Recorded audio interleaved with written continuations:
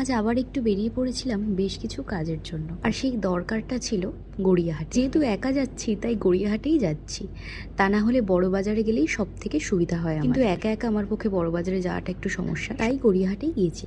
আর গড়িয়াহাটে গিয়ে এত বিচ্ছিরি এক্সপিরিয়েন্স হলো, অর্ধেক তো জিনিস পেলামই না, আর তার উপর মনে হচ্ছিল যেন ডাকাত। তারপর কি আর করবো, এখানে একটু লেক মলে চলে এলাম। যেহেতু 29 তারিখ থেকে জুডিওতে সেল শুরু হয়ে গেছে, তাই ভাবলাম এত কাছে এলামই যখন জুডিও থেকে একটু ঘুরে যাই। কিন্তু জুডিও মনটা এবারে ভেঙে দিল। সব ধুলো পড়া লিপস্টিক লাগা বাজে বাজে জিনিস, তাই কিচ্ছু পছন্দ হলো না। তাই কি আর করব, তারপর মন খারাপ করে চলে এলাম ফুড কোর্টে। ততক্ষণে বড় এসে গেছে। তারপর এখান থেকে একটু খাওয়া দাওয়া করে চলে গেলাম নিচে। আর এখানে এলে বর থাকলে যে জিনিসটা আমি সবসময় খাই সেটা হচ্ছে এই আইসক্রিমটা। একা থাকলে অবশ্য খাই না এটা। এই হট ব্রাউনি দেওয়া আইসক্রিমটা জাস্ট অসাধারণ, পুরো মনে হচ্ছিল অমৃত। আপনারা এখানে এলে অবশ্যই এটা ট্রাই করবেন। তারপরে ওখান থেকে চলে গিয়েছিলাম সাউথ সিটির পাশে তালতলা গ্রাউন্ডে।